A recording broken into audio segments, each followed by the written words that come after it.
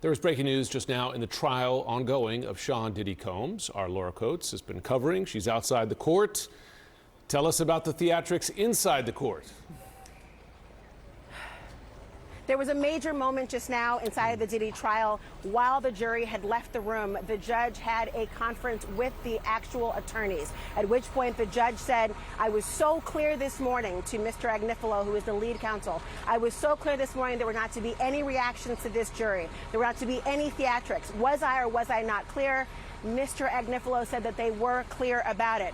He then admonished Sean Diddy Combs, the defendant in this RICO trafficking and prostitution case, that he had been nodding at the jury. He had been looking straight at the jurors. The judge, in no uncertain terms, said that that was not the correct behavior and that he threatened to preclude Sean Diddy Combs from being inside of the courtroom for possibly the duration of his own trial if he continued to look at the jurors and nod and react in any way to the testimony that was coming in. This was a really big moment, of course, for the judge to make this statement. He is on trial, of course, fighting for his life, could spend the rest of his life in prison if he is convicted of all 5 charges. The judge said he expects this not to happen again, that the defendant in his case would look at the jurors, would nod, or in any way react. Now, you can imagine if you are the jury in this case, hearing testimony come in where the defense was scoring some significant points to a witness by the name of Bonna,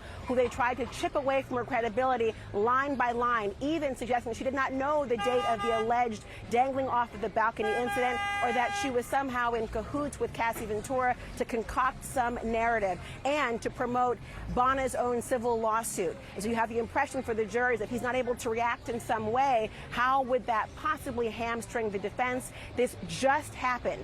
Sean Diddy Combs threatened with not being able to be present for his trial if he reacts or nods and looks at the jury who is waiting to decide his own fate. And Laura, as someone who has been in a number of courtrooms, seen a number of cases, how rare is it for something like this to happen, for a judge to say, listen, you keep doing this, you're not going to be sitting here for your own trial? I have seen it, of course, with theatrical and particularly disruptive defendants who are told to calm down or not to be theatrical in the way they are presenting to the jury to sway them. I've also heard it if the judge believes that somehow the conduct of the defendant might possibly influence or intimidate the jurors in this case, direct eye contact or otherwise. But to have this particular reaction in this high profile of a case when a defense is well versed in the appellate process and knows full well that anything that the judge orders their defendant and client not to do, if a conviction results, could very well go up on appeal. And of course, you've got the common sense notion. Imagine, if you will, the hypothetical. If you were accused of a horrendous crime and the jurors will naturally, as human beings, look to the defendant for some human reaction of any kind. If one is not provided, there could be some adverse inference drawn for that jurors. And so if you are a defendant, it is a human instinct to react. The judge, however, had a very tight leash on this trial, including the attorneys and beyond. This was a moment that I have not seen where Sean Diddy Combs, who is normally stoic, looking ahead, has been threatened. If he reacts and looks at the jury and nods along with the testimony in an effort to try to persuade them on his own thoughts, he could possibly not be present for his own criminal federal trial. In your experience, Laura, does, and that's a prospect, we don't know what's going to happen, but does not having the defendant present, is that a disadvantage typically for the defense?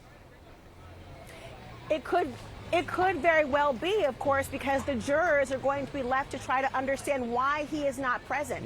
The judge could give a curative instruction, which the judge said today, you don't want to hear the instruction I would give that jury, which led the people in the audience who were remaining. We were all getting ready to leave out. There was a break that was sustained for about a 30-minute period. I lingered behind waiting to hear their different arguments that might be raised, and to my stunning surprise, hearing the judge give this admonishment and saying, quote, let me make my own record here. If the defendant is not present in his case, particularly in a case of this magnitude, the jury could be left to think of what they might conclude and infer. And no defense counsel No defense counsel wants their client's absence to be interpreted independently by a jury of his peers. And Laura, again, just for anyone joining us, we are following this breaking news that just happened in the courtroom where the judge admonished Sean Diddy Combs and saying that he could be excluded from the courtroom if he continued to make faces at the jury. I do want to ask you, as we look ahead to the rest of the day, obviously you'll be keeping a close eye on what Combs is doing in there if he puts himself in that position to be essentially kicked out of the courtroom. But we're going to hear this testimony from an accuser using the pseudonym Jane. What are we expecting from that testimony? Well, the jury is waiting to hear information regarding the claims that the prosecution must carry its burden of proof to conclude. Remember, there are 5 felony charges that could result in a lifetime conviction for Sean Diddy Combs. And every single witness will be important in establishing the prosecution's burden of proof. RICO cases are notoriously difficult to prove because it requires the jurors to connect dots independently and alongside of a prosecution team that is trying to ensure that they will be able to connect the dots through a closing argument at the end of a trial.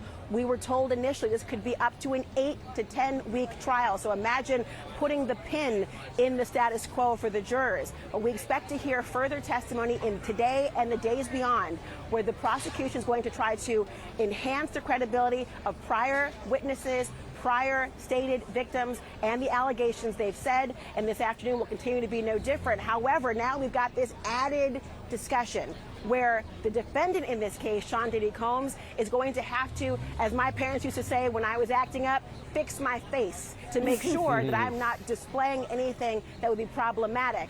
But this is a defendant. I was a kid. This is a defendant in a conviction possible. He's presumed innocent, of course, but a case that could, if convicted, lead to the rest of his life behind bars. And people in the audience were thinking to themselves, and for that, he has to have a straight face? How can that be? The stakes are very high. Laura Coates, outside the courtroom there in New York. Thank you so much for that breaking news update. We really appreciate it. Defense attorney Misty Maris is live just outside the courthouse where this moment just took place. Misty, I wonder if you could describe the significance of this move by the judge. I mean, one, how unusual is it? But two, what effect might it have on the defense, on the trial? Right, Jim, it's very significant. And in fact, it is the most extreme course of action and curative action to remove the defendant from the courtroom. So there's a federal rule on this issue, and it says that if a defendant is disruptive in the courtroom after being warned, then one of the curative things that can happen is to actually remove the defendant from the courtroom if that conduct persists. So here, now we're hearing the warning. And again, in the commentary from the judge with directing at the defense team, he said, did I not make this loud and clear before that this disruptive conduct cannot continue? And if it does continue, then we may seek to remove him from the courtroom. Now, the reason that this is so significant is that a defendant has the right to face their accusers. So it is truly the most extreme form of action that the judge will take.